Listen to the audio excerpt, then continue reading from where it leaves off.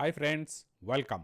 We'll continue our series on data import export using Tkinter as graphic user interface, and the user can browse and select a CSV file now and export the data to a XML file, and the user can select the location of in their local system where to save the XML file. This we'll learn, and before we learn, my request is please subscribe to our channel and press the bell icon so you'll be notified as and when we add tutorial, and we are frequently adding that also. Let's start the script. To download the script, visit this URL. This is there in the description, and you can see the part of the code, and it is explained the different how it functions, different sections of the code, and you can scroll down, and here the full code is there. You can just come here and copy the code. Let's first see the demo of it. We'll run this code now.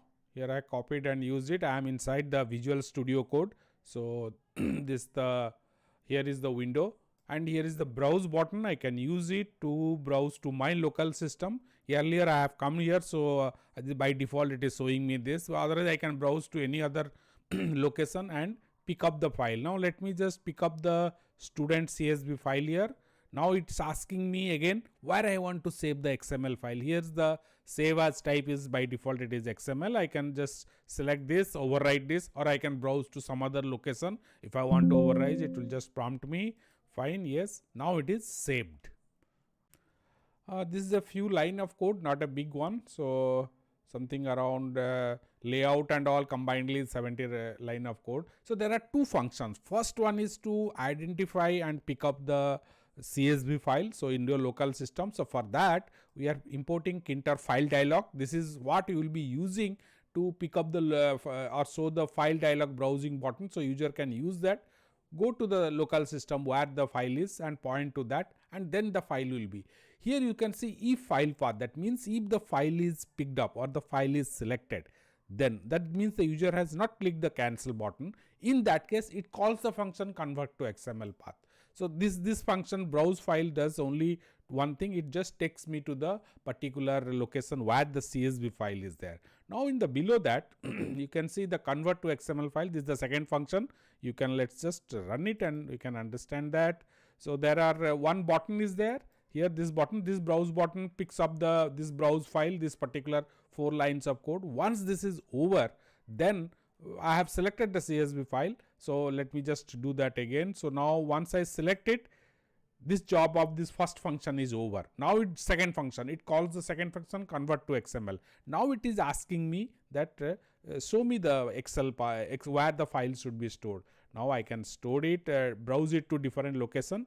I'll just cancel it now. You just see the save option is cancelled, that message. Here in this function it is there. So what I do is, suppose I have picked up the CSV file. First it creates the data frame. So this is the Pandas data frame. So it has, once it is a data frame, I can it's become very easy. I can convert to anywhere. So this read CSV one picks up from the CSV file. It creates the data frame. Then you can see here I have imported. This is the XML library which is built in your Python system. When you install it, it comes by default. ElementTree, it will be there with you. So by default it is available. So that I am using and iterating through entire data frame here. So and creating the XML file.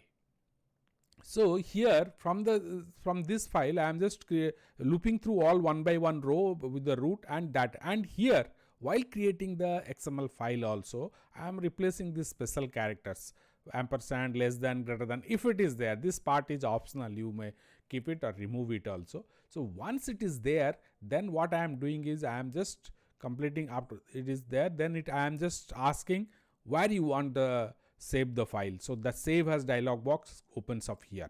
So this is now this time the by default extension is XML. So I had to just give the file name. Now at this stage I am presented with the file dialog. So browse CSV. Now I have selected it.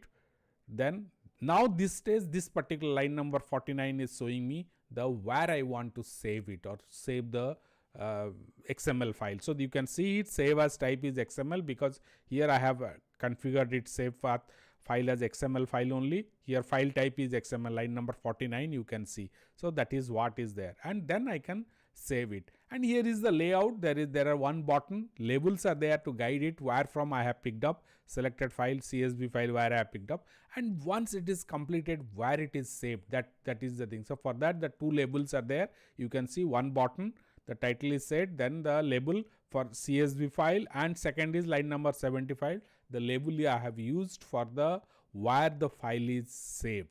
So this is quite a simple script. And in the part 2, when I am saving it as a using this ElementTree of which is a built-in library of the Python, so that I am using, even I can use, there is another function to XML, that is a Pandas function also, that I can use. This tutorial is I am not using that to explain you about that. That subsequently will see that part also. That's all, friends. Hope you have a good learning experience, and download the source code and use it, modify it. So try to experiment with different options and all. And if you have any doubts, suggestions, questions, use the comment section below to post it. And my request is, please subscribe to our channel and press the bell icon so you'll be notified as and when we have tutorials, and we are frequently doing that also. And my request is, please share this with your friends, and thank you for watching.